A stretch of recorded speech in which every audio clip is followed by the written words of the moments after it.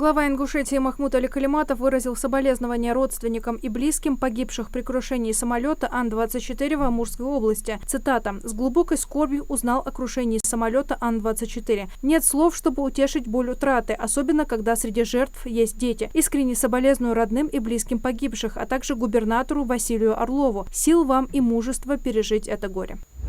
В Единый государственный реестр недвижимости внесены сведения о 41 объекте культурного наследия Ингушетии, сообщил глава республики Махмуд Али Калиматов в своем телеграм-канале. Он отметил, что это обеспечивает правовую защиту объектов и открывает возможности для их реставрации, изучения и популяризации. В реестр внесены такие уникальные башенные комплексы, как Лейми, Игикал, Хамхи и Пялинг, представляющие огромную историческую и архитектурную ценность. Работа в этом направлении будет продолжена. В ближайшие годы власти региона планируют внести в ЕГРН сведения о границах зон охраны остальных объектов, включая 20 памятников местного значения.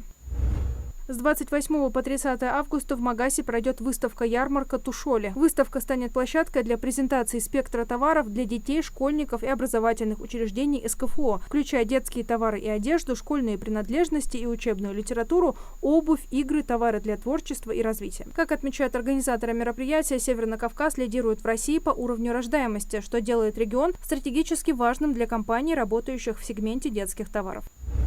Стартовал экстремальный ультрамарафон «Кавказус Ультра Трейл». В нем участвуют спортсмены из 50 городов и 20 регионов России. Спортсмены должны преодолеть сверхдлинную дистанцию – более 400 километров по горным долинам и перевалам Чечни, Ингушетии, Северной Осетии и Кабардино-Балкарии. В ближайшие 2 дня участники будут покорять перевалы Джейрахского района, после чего продолжат свой сложный путь. Финиш запланирован в Баксанской долине.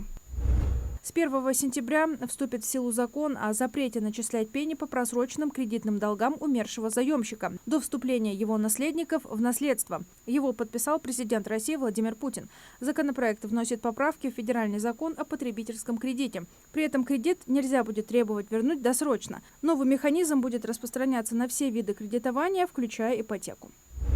В России на данный момент выявлено 114 случаев штамма коронавируса «Стратус», сообщается в соцсетях Роспотребнадзора. Отмечается, что наибольшая часть случаев заболевания приходится на Москву – 54%. Также образцы были отобраны из других регионов. Первый случай заболевания в России зафиксировали 24 апреля 2025 года. Основные характеристики – высокая заразность, симптомы в основном легкие, часто отмечается осиплость или сиплость голоса как характерная особенность, добавили в Роспотребнадзоре. Штамм не вызывает более тяжелого течения болезни по сравнению с предыдущими штаммами, но быстро распространяется в разных странах. Текущий риск для общественного здоровья расценивается как низкий. Детская футбольная команда «Ангушт» Гамурзиева стала победителем турнира «Ахмат Кэп» среди команд 2014-2015 годов рождения в Грозном. Гамурзиевцы завоевали чемпионский кубок и золотые медали, а также были поощрены футбольными мячами и индивидуальными наградами. Команду тренирует Даут Мархиев.